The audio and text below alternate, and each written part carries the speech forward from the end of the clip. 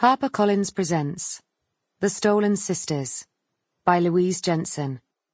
Read by Helen Keeley. Part 1.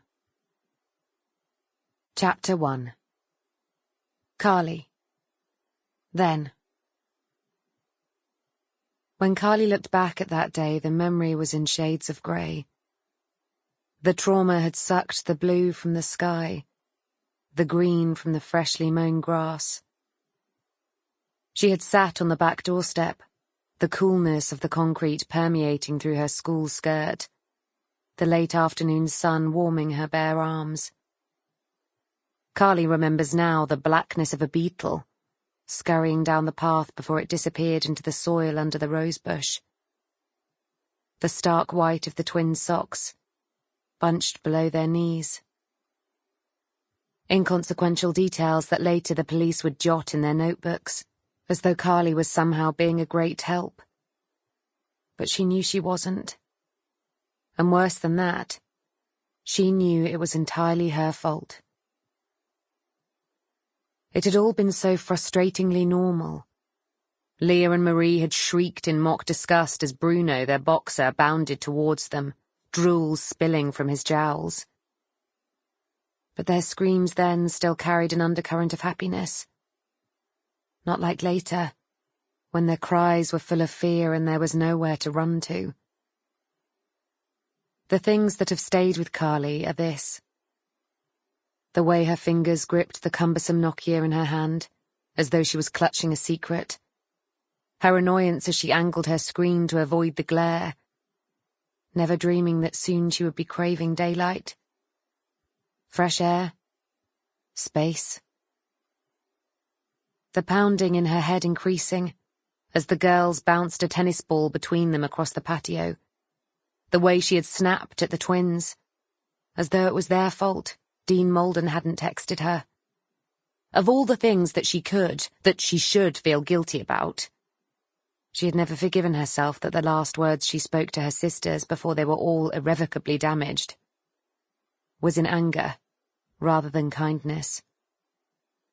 Although in truth she had never forgiven herself for any of it. "Shut up!"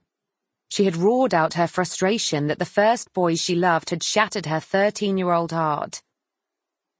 Crazy now to recall that she once thought the absence of a text was the end of the world. There were far worse things. Far worse people than the floppy-haired blonde boy who had let her down. Her younger sisters turned to her, identical green eyes wide. Marie's sight trained on Carly's face as she chucked the ball for Bruno. Carly's irritation grew as she watched it fly over the fence. "For God's sake!"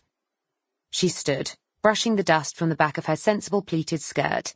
"It's time to come in." "But that's not fair." Marie looked stricken as her gaze flickered towards the fence. "Life isn't fair," Carly said, feeling a bubbling resentment that at 8 years old the twins had it easy. "Can you fetch our ball, please, Carly?" Marie pleaded. "Fetch it yourself," Carly snapped. "You know we're not allowed out of the garden on our own until we're 10, Marie said. "Yeah, well, I'm in charge today, and I'm saying you can. It's not like we live in a city. Nothing ever happens in this dump."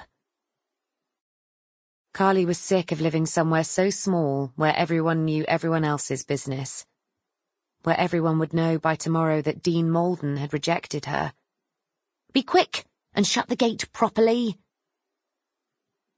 She turned and pushed open the back door, stepping into the vast kitchen that never smelled of cakes or bread. It never smelled of anything, except freshly roasted coffee. Carly clattered her phone onto the marble island and yanked open the fridge door.